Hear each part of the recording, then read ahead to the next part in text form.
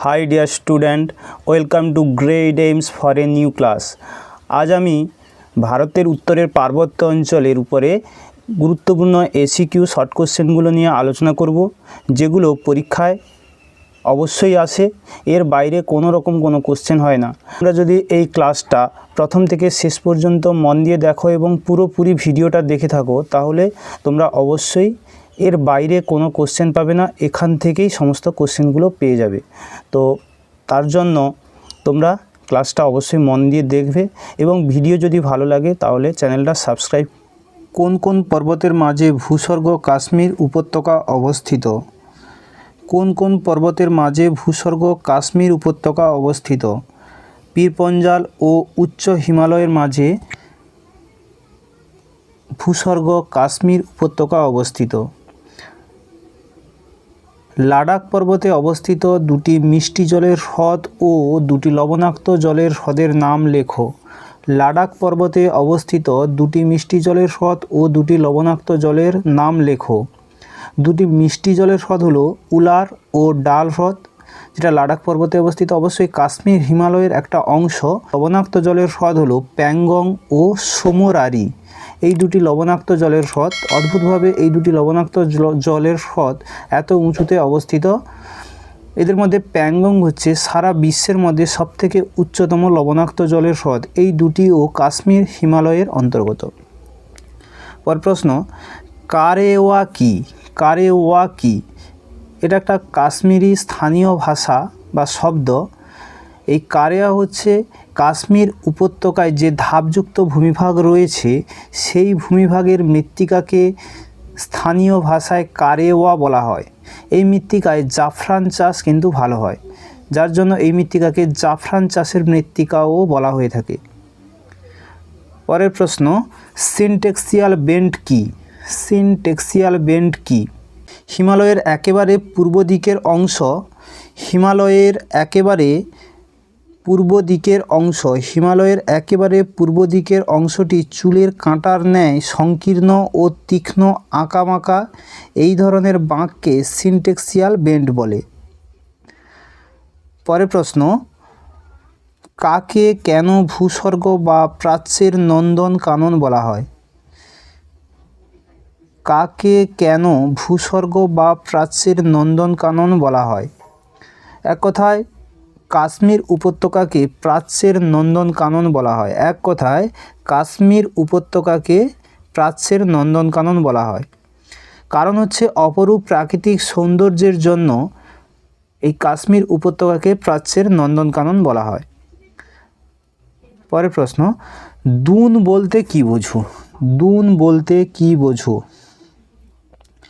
মধ্য হিমালয় ও শিবালিক হিমালয়ের মধ্যবর্তী অংশে যে সমস্ত নদীগুলি প্রবাহিত হয়েছে, মধ্য হিমালয় এবং শিবালিক হিমালয়ের মাঝে যে সমস্ত নদীগুলো প্রবাহিত হয়েছে, এগুলো মূলত হিমবাহ থেকে সৃষ্টি নদী, যার সঙ্গে প্রচুর নুড়ি কাকর বালি প্রবাহিত হয়। এগুলো প্রবাহিত হওয়ার সময় এই নদীবাহিত পলিবালি সঞ্চিত হয়ে এই দুটি পর্বতের মাঝে বা মধ্যবর্তী অংশে জমাটবদ্ধ হয়ে যে উপত্যকা সৃষ্টি করেছে তাকে ওখানকার স্থানীয় ভাষায় দুন বলা হয়। যেমন দেরাদুন। আমাদের পূর্ব ভারতে দার্জিলিং, জলপাইগুড়ি অঞ্চলে এই ধরনের উপত্যকাকে ডুয়ার্স নামে ডাকা হয়ে থাকে। পরের প্রশ্ন, তাল বলতে কি বোঝো? তাল বলতে কি বোঝো? এটাও কিছুটা একই ধরনের কিন্তু একটু আলাদা।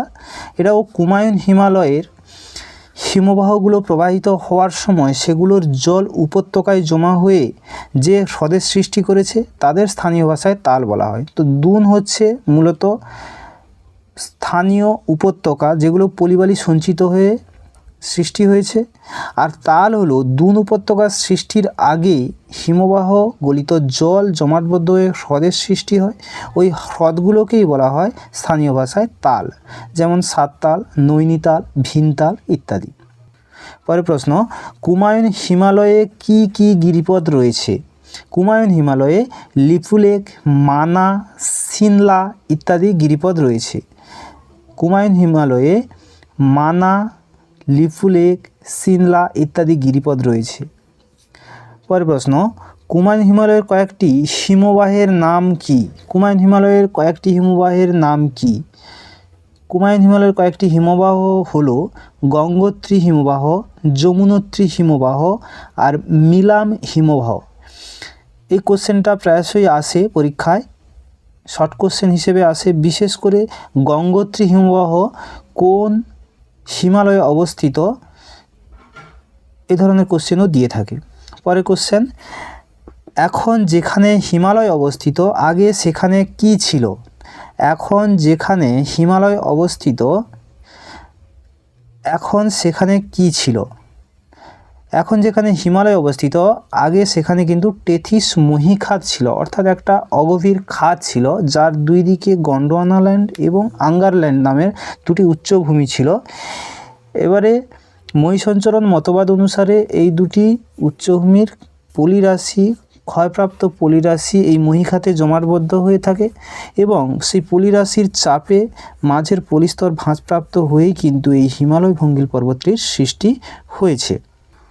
আশা করি যে সমস্ত শিক্ষার্থীরা বা যে সমস্ত স্টুডেন্টরা এই ক্লাসটা ফলো করছো, আশা করি তাদের কাছে এই ক্লাসটা খুবই গুরুত্বপূর্ণ বলে মনে হচ্ছে।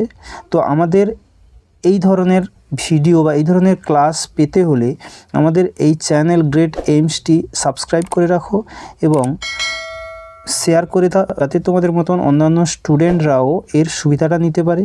এবং আমাদের ক্লাসগুলো অবশ্যই তোমরা ফলো করবে আশা করি। আমাদের পরবর্তী ক্লাসে এই ধরনের ইন্ডিয়ার উপরে পার্ট 2, পার্ট 3, পার্ট 4 করে পরপর শর্ট কোশ্চেন, এমসিকিউ, এসিকিউ প্রভৃতি কোশ্চেনগুলো পরপর আসতে থাকবে। তোমরা অবশ্যই এই চ্যানেলটা ফলো করবে। চলো পরের প্রশ্নে যাই। বিশ্বের দীর্ঘতম ও উচ্চতম টানেলের নাম কি? বিশ্বের দীর্ঘতম ও উচ্চতম টানেলের নাম কি? বিশ্বের দীর্ঘতম ও উচ্চতম টানেলের নাম কি? বিশ্বের দীর্ঘতম টানেল হলো অটল সুড়ঙ্গ।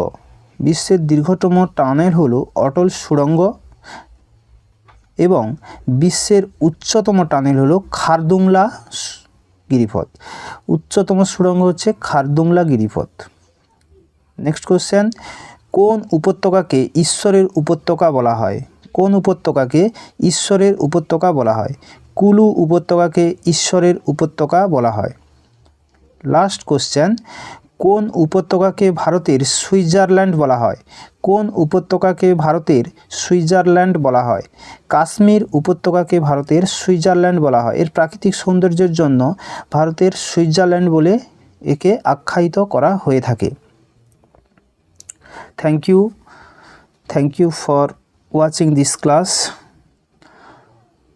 তো এই ইন্ডিয়ার উপর হিমালয়ের বেসিসে বা উত্তরের পার্বত্য অঞ্চলের বেসিসে যে সমস্ত এমসিকিউ কোশ্চেনগুলো হয়, তোমরা এর পরবর্তী পার্টের যে ভিডিওটা সেটা ফলো করলে একেবারে এখান থেকে সমস্ত কোশ্চেনগুলো সলভ হয়ে যাবে।